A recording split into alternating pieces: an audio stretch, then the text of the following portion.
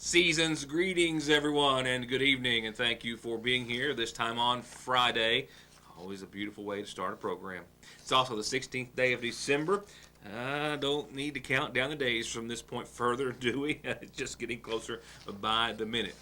Also getting closer is a weekend that's throwing everything at us. Every single thing you could imagine at us weather-wise. Temperatures still climbing into the low 60s tomorrow, which is a little hard for the mind and body to comprehend. But you name it and it's in there. Rain, freezing rain, showers, sleet, snow, wind, sun, clouds. It's all in there. I'm just talking about your weekend. Maybe not so much sun. Everything else is in there. All the bad stuff. So definitely a few moments that we'll spend on your weather forecast, which does dry up, but it doesn't do so until next week. And of course, we're getting closer to having an idea as to what your Christmas Eve and Christmas forecast will look like. Might be a stretch to get there tonight, but we'll wait and see in just a few moments. We've got a couple of auto accidents to report to you this evening, and one is that one that just is breathtaking to share with you tonight that I referred to on a couple of occasions last night. Also an update, of course, on the body which was found, of course, in the creek in downtown Royalton yesterday morning. We now have an ID from the family and some details we can pass along. Also some partial funeral arrangements that have just been received here in the studio.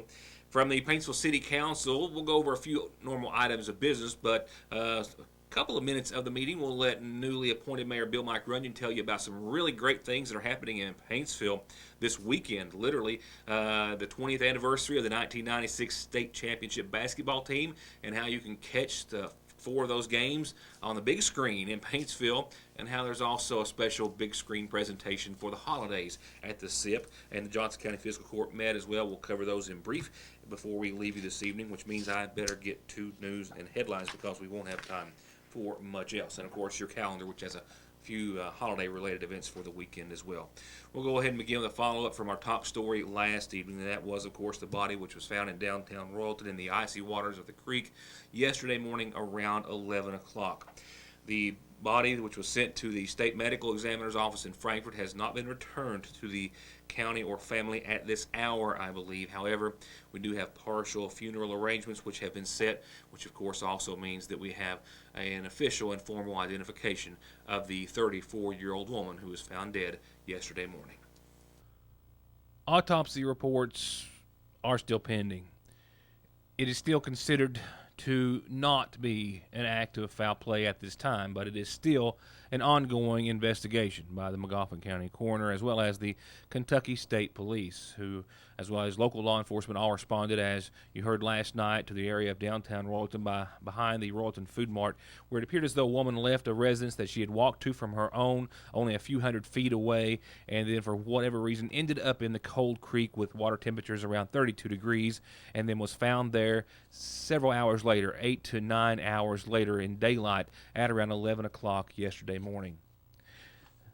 That's 34-year-old Misty Lynn Roush of Royalton, whose body was discovered. We also know that in addition to arrangements in her honor still being made at the Magoffin County Funeral Home, she does leave behind 4 children, one recently born child, from what we understand. There's also some very sad irony to this entire situation. It was almost 5 years ago, in January of 2011, that her brother, Jerry Roush, was last seen by his family, a search that ended when his body was recovered in May of that year in, of course, the Licking River in the Lakeville area. Some fishermen found his body after an extensive search that lasted several months and covered many miles of Magoffin County. His autopsy came back and positively identified his body, but to the degree that there was no way to determine his cause of death. Investigators do believe they will be able to find out how Misty Lynn Roush died, however, when that autopsy report is completed. I've got 2 auto accidents to report, both with some unusual or eerie circumstances. We'll begin with the first, which appears to be a repeat almost of one that I just reported a few weeks ago. All of these years that we've been here, I can't recall an auto accident like the one that happened about a week or so ago, when a vehicle went off of Route 7 and just basically went off the roadway and then landed on the lower roadway that would have taken you to the old pay pond there as you go across the Salyer Branch Hill. No serious injuries. But yet again, early this morning, a very similar looking accident with once again some very lucky occupants. It goes back to that old saying, seatbelts save lives, and undoubtedly definitely saved serious injury, and perhaps just that this morning on Route 7. You can see the path that the vehicle took over the guardrail, over the embankment, rolling at least once and coming to rest on its wheels. And when you get a closer look at the other side of the vehicle, or closer look to this side as well, you'll see just how much damage was done and how lucky indeed the driver was. I believe the driver was the only occupant. There were no icy spots in this area. We're not sure what caused the crash, but we do know the driver, as you can see, left the roadway and rolled the vehicle over the embankment. We're also told that she was still inside the car upon arrival of emergency personnel, still buckled in her seatbelt. We are also told she was treated on the scene for possible back and neck injury and then taken by ambulance to the Palby Hall Medical Center. I believe it was commercial vehicle enforcement with the Kentucky State Police who was called to the accident to handle the accident investigation. No other vehicles involved, and from what I understand, still no serious or life-threatening injuries. At least we hope that's still to be the case. And here's some of that video that might leave you a little bit breathless that I referred to on last night's program. It refers to another auto accident that took place yesterday morning, I believe it was, here in McGoffin County. I tried for most of the afternoon to reach the driver of the vehicle. I would have perhaps been more successful had I been using the correct last name. Just an error, typo, and it was mostly on my part for that. So I do not have her to speak to this evening, but I would still be interested in doing so, and maybe we'll next week. But I did talk with Carter Conley and with Jonathan Holbrook of the McGoffin County Sheriff's Department, who gave me the same jaw-dropping description of just how lucky, just how blessed a local family was yesterday. These pictures definitely worth a 1,000 words, maybe 1,000 prayers.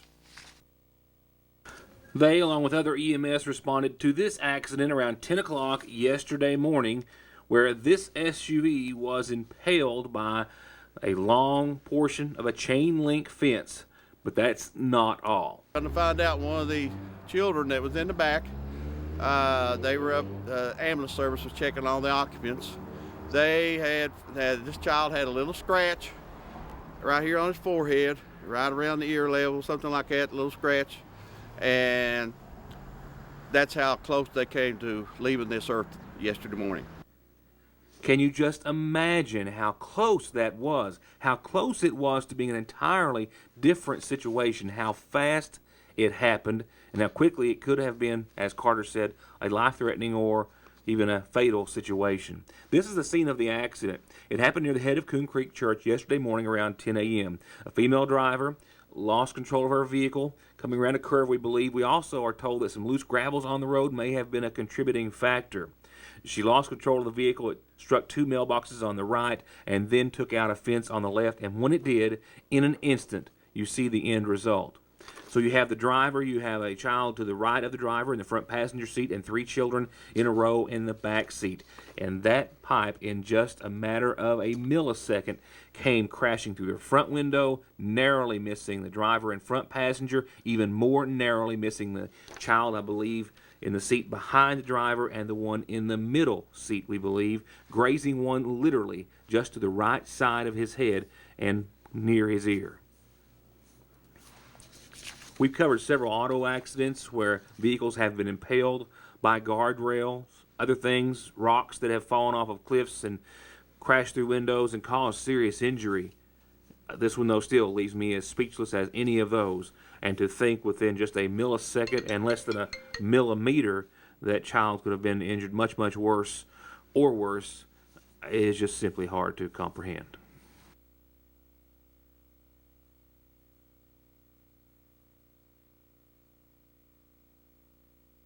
To get high-speed internet on their state-of-the-art fiber optic network for all of your home and business solutions, or to watch TV without a contract on over 200 digital channels with superb quality, or stay connected with family and friends with 24/7 telephone service you can always depend on, contact Foothills Broadband today. Or just click on their link to the right to find out how they're working to provide the latest in communications at affordable prices with exceptional service at Foothills Broadband.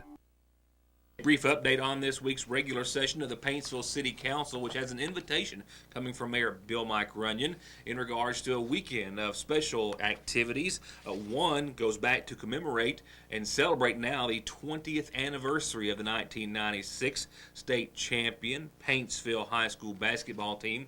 There's also another special presentation that's going to take place at the SIP this weekend, and some other things they have planned for the holidays, and they all actually start tonight. Mayor Runyon began the meeting with a special thanks to Councilman Mr. Van Hoos and Mr. Thompson for their service to the city in their last meeting as such, both choosing, of course, not to run again. The mayor also noted what a huge success the Christmas celebration was and how the celebration continues throughout the holidays, beginning with tonight and tomorrow throughout Paintsville and at the SIP Cinema. Friday, December 16th, and Saturday, December 17th, the Mountain Home plays Christmas from 5 to 9 p.m. each night.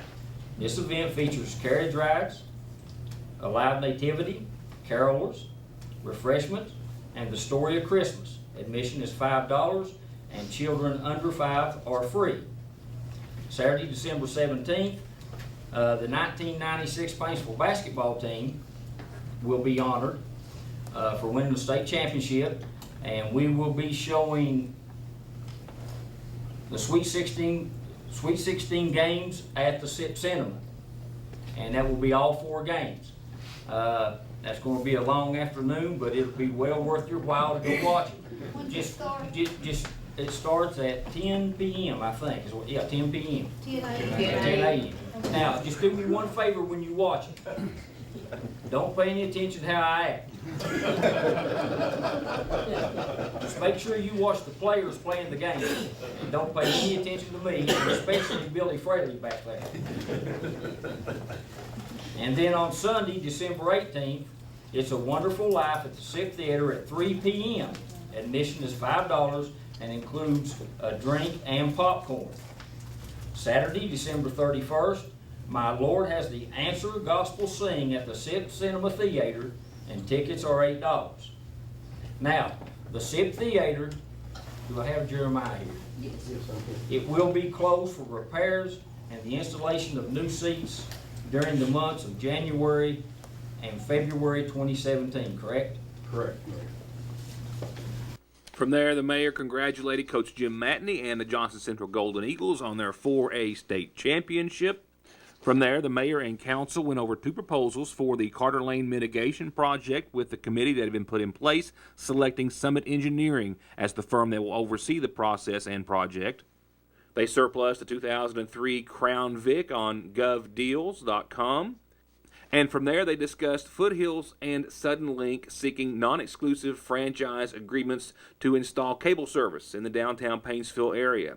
They cited differences in the agreement for Foothills, including 3 outlets for free of charge for the city of Paintsville, and some other details therein for approving their request for a non-exclusive franchise agreement, with the understanding that if Sudden Link met those agreements, that they too, of course, would be granted the same non-exclusive franchise. Foothills has already begun the infrastructure to bring cable and internet service to the downtown Paintsville area, with their first target area going to be the Restaurant Row area, with the building to be constructed behind Brown's Ford that will house all of the equipment needed to operate cable and internet in that area, with plans on expanding through all of the Paintsville area in the future. The council later went into executive session to discuss the sale or acquisition of property, reconvening with Councilman Sean Thompson making a motion to approve a lease agreement for the Tays Branch property, with Thompson also making a motion that the mayor be allowed to sign any and all documents related to that agreement. I'll be right back with more headlines in just a second. Ran this one on Monday. I may not have been supposed to run that to yesterday. I'm not even quite sure of that, but I do know that I need to say, to make sure I get all my bases covered, a happy birthday. A happy birthday to Thelma Fuller from Mom, son, Gregory, Boozer, a whole lot of family and a whole lot of friends. Very happy birthday to you. And a belated birthday, I think, and I guarantee if it was yesterday, she was celebrating. A happy birthday to Maddie Rao. Love Mom, Dad, family, and friends, and us as well. Happy birthday to you, Maddie. Happy birthday. A reminder on our McGoffin Farm Bureau community calendar that Santa is going to be chaperoned by the South McGoffin Volunteer Fire Department tomorrow on their Santa run starting at 5 o'clock.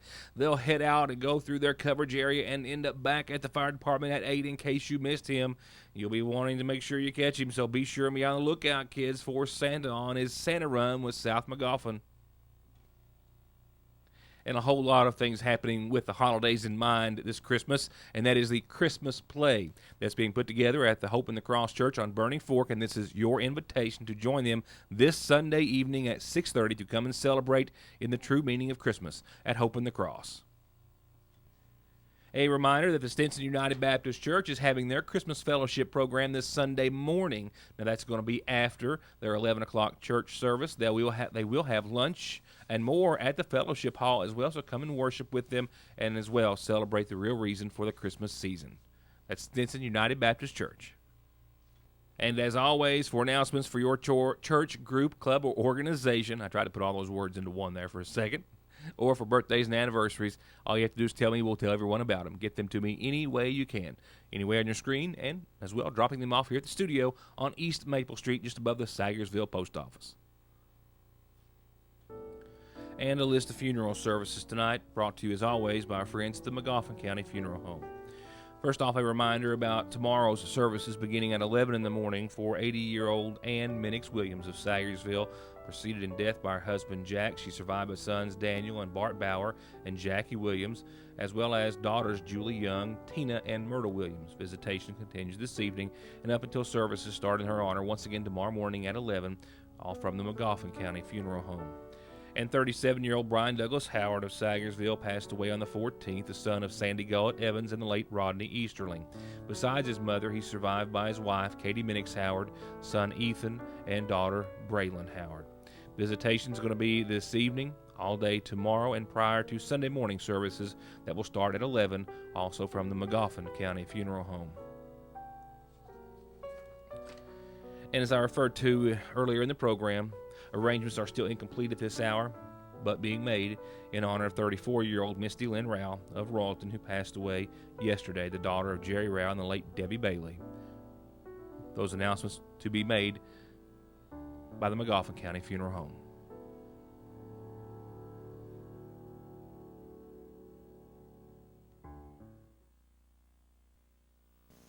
Now, a relatively brief update on what was a relatively brief, albeit final, meeting of the Johnson County Fiscal Court for 2016.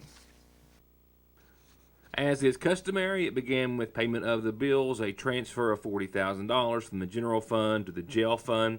There was approval of the sheriff's office transfers that were requested in the amount of about $3,000, approval of an amendment to the sheriff's office budget in the amount of about $16,000, approval of the county court clerk's 2017 budget that came in at $6,015,584.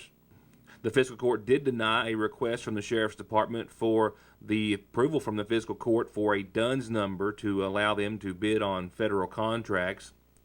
The court did confirm an electrical inspector contract fee for various inspections to be done in Johnson County by any electrical contractors or inspectors. And one of the last topics of discussion was a concern about an illegal dump brought to the attention of the court by Henry O'Brien. Remember where the old Yaller school building used to sit over in the holler? Yeah. Right there, right on the blacktop. It's one over 30. Okay. I mean, if somebody was to pass away in a family, which there's more graves on that hill besides my father-in-law and mother-in-law, plenty of them. But somebody was to pass away in a family that wants to be put up there, I wouldn't want them to even go over there, people to even see that mess. I'm almost tempted to go through it and see if I can find some names in it and see if we can't do something about it if we find names. That's right on the blacktop over there. Okay. And it's not just that bunch there. There's a lot more. Is this fairly new as far as you know, or? Well, by looking at it, possibly some of it is. Because we would love to get an active dump that we know is in use right now that we can use their Or are there surveillance. cameras in that spot? You know not here, because this is the first time I've heard of this one. It's the first time I've heard of this one. It's one over 30.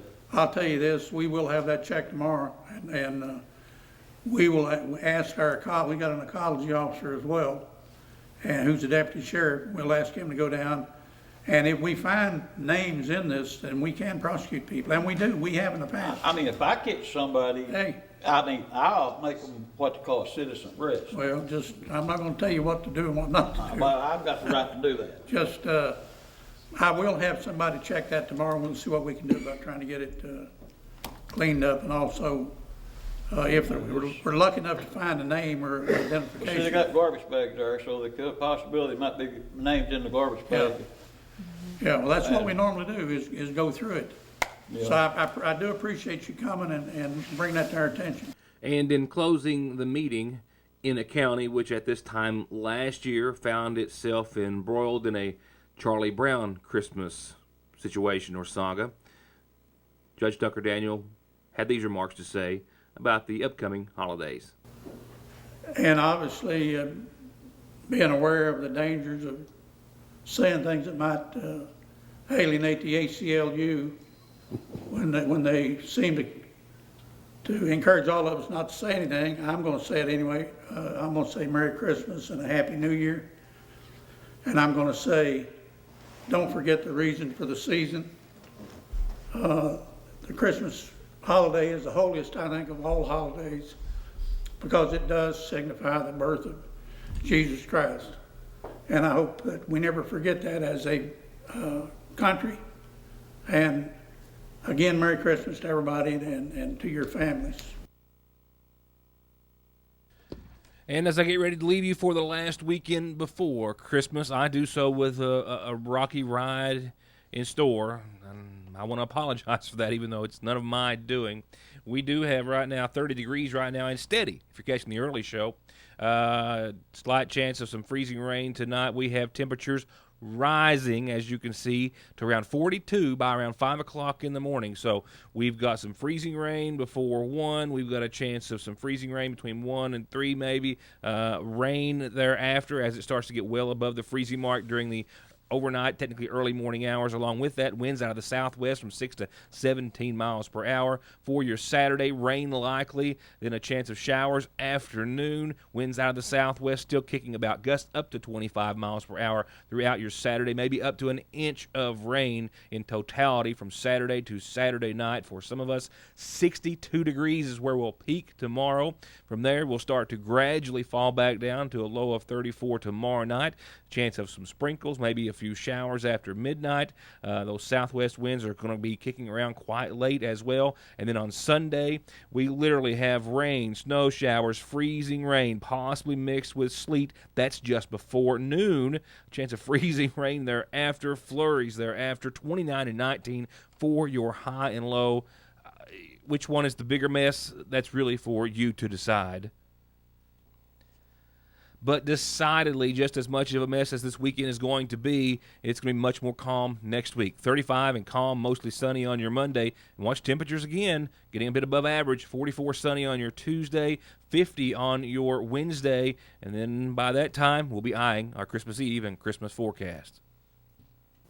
And with that in mind, it goes without saying that if you're going to be out and about in it at all this weekend, keep your eye on it, because the weather indeed is just going to be that much of a mess, at least at times, if not much of your weekend. But regardless, throughout it all, we hope you have a safe and wonderful weekend, the last weekend before Christmas. And I'm already planning news and information for the start of next week, the Sangersville City Council meeting on Monday, and I've already got a full calendar for the first few days of next week, so we hope to see you for that. Another news that you'll only see here with me on Your News Today. Good night, have a great weekend, and thanks for watching.